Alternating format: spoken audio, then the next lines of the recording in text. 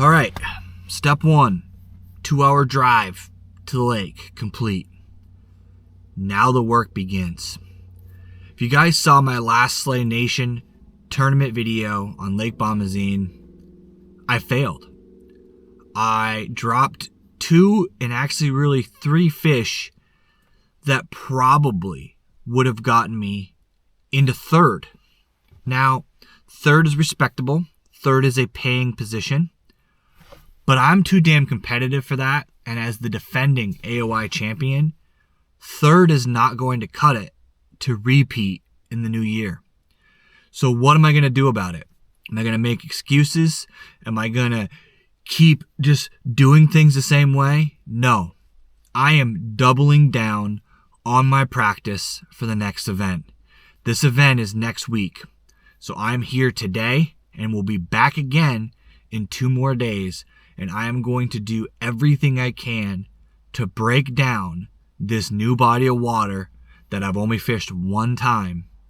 And I'm going to do this with you guys. I'm going to take you along with me and show you exactly what I want to do, how I'm going to do it, and we're going to figure this place out and see if we can move up in the standings and redeem ourselves from the first tournament. Let's go.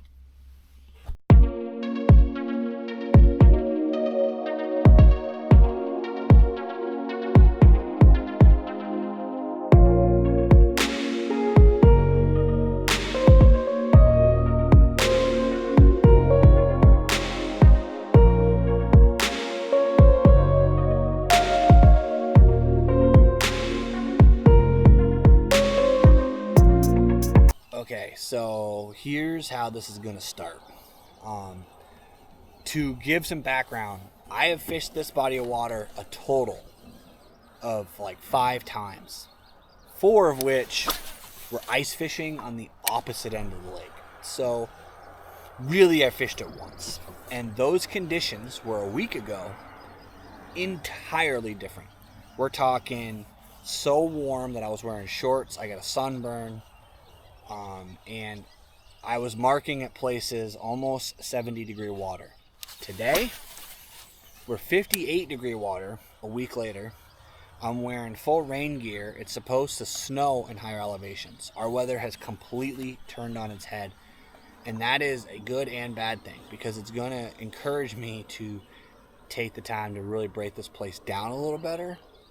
But it also is going to affect those fish because those fish are going to be kind of mixed up and not knowing whether they're going to spawn or they're going to go deep again. So my plan of attack, the edge that I'm sitting on has grass. It looks like it's a pretty heavy grass flat. Probably in the middle of the summer, you probably can't even get into where I'm at without picking grass out of your drive. So I'm going to roll a swim jig through those areas. And then I'm also going to go into docks on the shoreline. I'm going to be flipping Texas rigs, and I'm going to be flipping wacky rigs up under docks, sometimes probably even like a regular pitching jig, and see if there's anything viable under there. Now, if I catch a fish over 15 inches or higher, I'm going to mark the spot. And the reason for that is because the last time we were here, we caught a lot of fish, probably 30 fish between me and Enthusiast Adventurer, but they were all like in that 12-inch range. They were all little guys. They weren't anything that I would even want to target during a tournament. But the 15 to 17-inch range, I think, is going to be key to really establish an early limit, and that's what I'm kind of targeting, is those specific fish. If I can get 5 15s and then worry about getting 120 or 1 kicker, I think that's going to be the secret to getting a good place in the tournament. Honestly, even in the last tournament, if I'd gotten all 15s and then 1 kicker, it would have put me in second. So that's kind of the idea.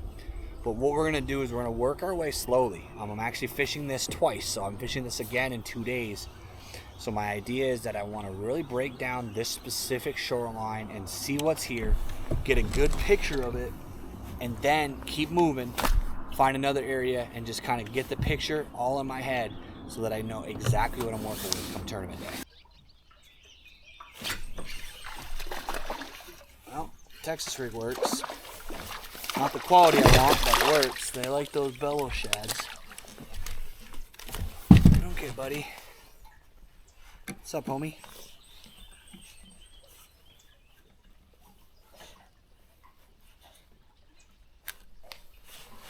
Little tiny guy. But that thing was in there like 5 seconds. So that right there was a cheat code that I've used in the past in other events, in other ways. And it's actually a really fun bait to use. They're also not something you're going to get in a lot of places because they don't sell them at local tackle stores. It is the G-Crack Bellows Shad. And this is a bait that you pretty much have to order online. No one really stocks them. But it has like a bluegill kind of profile. It's just a little ribbed style bait. And I'm throwing that on a reaction tackle bullet weight. Just a little 1/8 ounce. Just enough to get it down. This bait already is heavy on its own. So you don't really need to use super heavy weights with it.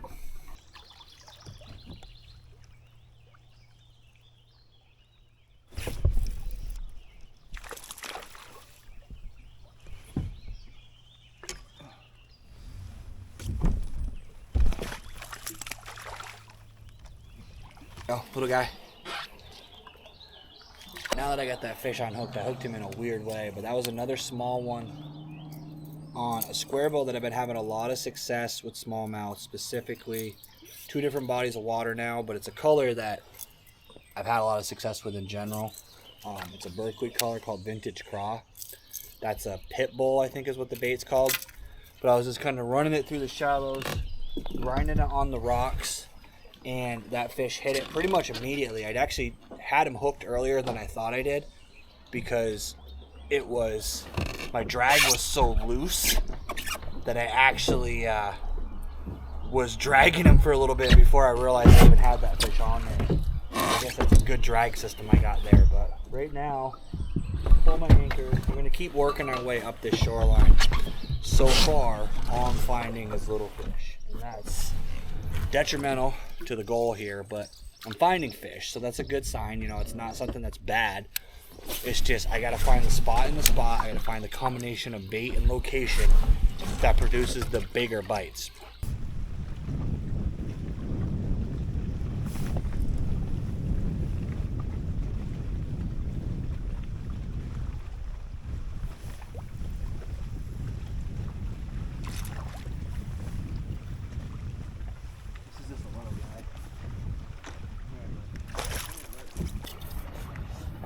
This is just a little guy. Come here, bud. Come here, bud.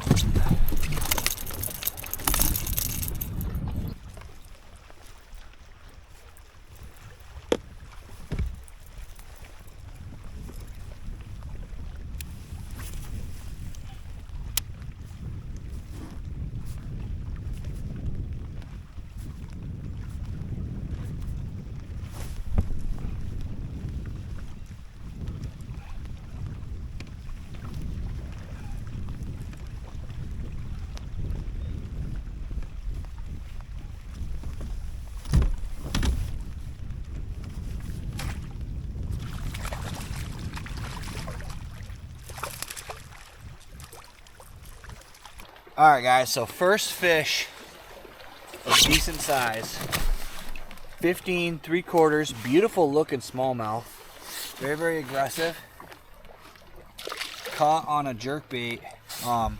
This is actually the same exact jerkbait that worked the last time I was here. It's an A-Bay Lure Lab paint job, check that out. I'm actually cutting this bait off, and I know that sounds stupid, but I only have one of these, and this bait has caught me, I'm gonna say 8 fish on this body of water. So I definitely need to save it and not keep using it because I don't want to lose it. And there is pike in here, and I don't want to take a chance of it getting bit off, honestly. I'm a little bit paranoid about that. So we're gonna stash this one in my works box. I have a box specifically dedicated to baits that work, that I've caught fish on. and we're going to store this and we're going to get out another one. But I'm going to get out a similar color jerkbait and see if that works. But that literally did not take very long. I casted probably twice with this bait and caught a fish almost immediately. So that's a good sign. And this area that I'm sitting in is an area that I've kind of felt good about the last time I was here too. You've got overhanging limbs, you got rock bottom, there's a grass flat on the other side of me, then there's a bay on the inside. And we caught a lot of fish in this area the last time we were here, so I have a feeling that this is one of those areas that holds fish. So I'm going to tour around here a little bit and see if I can find some more quality fish, because again, 15 inches is kind of the average I'm looking for.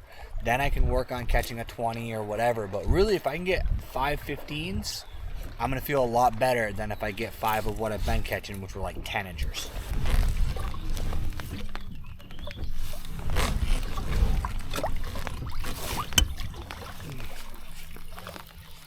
That feels like a decent one, actually.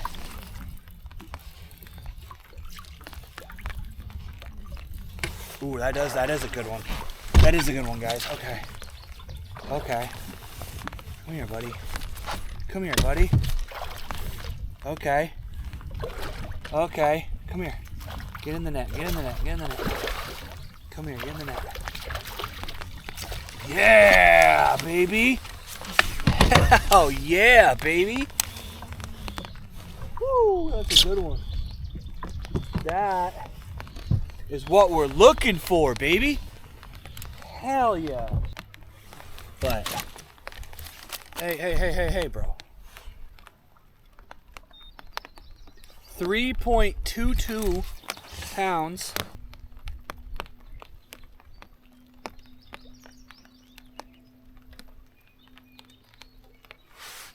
Check this fish out, guys. Look at this freaking beast.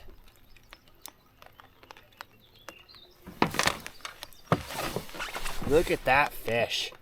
Check that out, guys. Stop recording.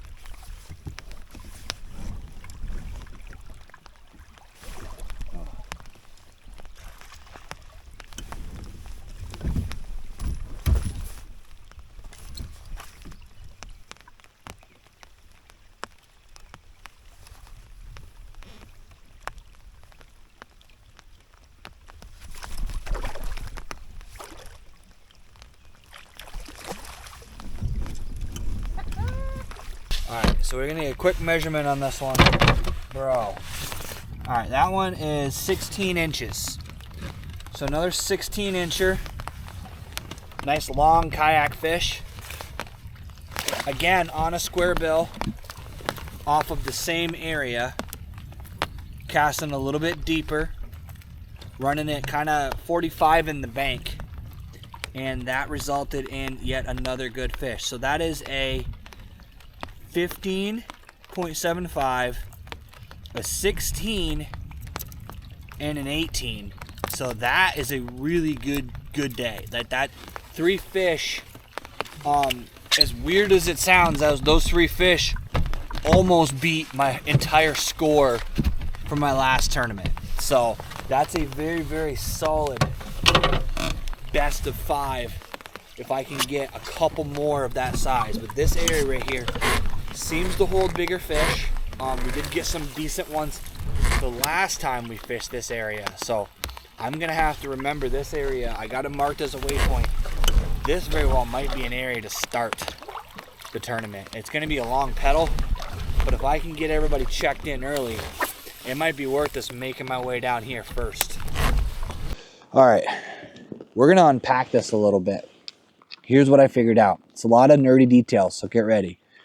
3 to 8 feet of water, running a square bill, 45, seems to catch fish consistently after a certain point.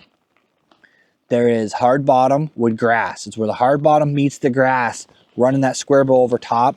That seems to be the secret. When it comes to finesse, there isn't a finesse bite per se. There is a Texas rig bite, which is good because I can do that. There doesn't seem to be as much of a wacky rig bite, which is perfectly okay with me because I will just switch things up. I'll have a wacky tied on in case I need it. But if I have to run a Texas rig, I'll run a Texas rig. I'm also going to try flipping a regular pitching jig in there and see if they're looking for the bigger profile, bigger craws, things like that. I may, on my extra spinning rod, I think I'm going to tie on one of those smaller like micro jigs with a craw on it. So that will be something that's a consideration of maybe I'll throw a smaller version of a jig in place of where I would normally throw a wacky rig. I went from zero confidence to complete strategy and have a good game plan now. The good thing about this particular tournament is that we're doing a lines in this year. What that means is I'm able to get at least halfway here. We are actually camping at one of the competitors' houses. Chris, you guys have seen him on some of my videos, but also a lot of the guys are going to be staying there. So I might be able to check in some of the people ahead of time, which means I'll be able to hit the water earlier and get out here. I'm hoping to be able to get at least most of the way here. If I can get to this point even, right here where I'm at, then I can consider that the starting point of my tournament. I'm not going to mess around anywhere in that first 100 to 200 yards of the ramp. Even if I get on the water late, I'm still going to just kind of pedal by it, ignore it. It seems to only produce small fish. It does not seem to have the quality I need to get into the tournament level and be able to have those 15 average that I'm looking for to start an event. So that's kind of the game plan right now. That being said, where I just left off is only half of the lake. I've eliminated the first quarter and I'm pretty much eliminating the opposite side simply because of the amount of time it's going to take to get there, combined with the kind of fish we caught the last time I was over there. Kind of tells me that the quality just isn't there and it's not worth the effort and time gamble to get over there. That being said, in 2 days, I'm going to be doing a collab video with my boy Bear Fishing. It's going to be the first one that you guys will see this year. We fished a couple of times and honestly sucked, so there was no video. But we're going to fish the southern end of this lake from a different ramp so I can get down there a little bit easier. And we're going to see if that southern end plays, because if it does, then that will... Wow, is that a tree? What have I got? Is that a tree or a fish?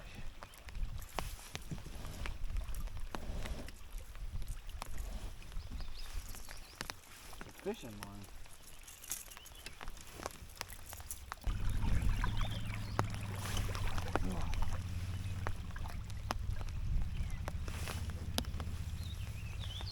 Another little guy. Don't worry about it. Come here, man. I'm just gonna boat fish it, bro. So 13.75. So better than I thought. 13.75. Oh, that feels decent. She feels decent. Okay. Okay. Come here. Come here. 14.75. 14.75. All right, we're gonna call it right here. I'm not even gonna make it back to the truck. It is too damn cold. My hands are frozen. My feet are cold. But I had a really good day on the water. It was really successful. I caught a lot of quality fish, and I really think that I have a solid strategy for the tournament next weekend. Gonna be back here again, like I said, in a couple of days, and we're gonna break it down one more time for you guys, so be on the lookout for that video. I have a lot of content coming your way. I fish a ton, so you're gonna see at least one video a week, if not two, for the rest of the year, so stay tuned for all of that content as well.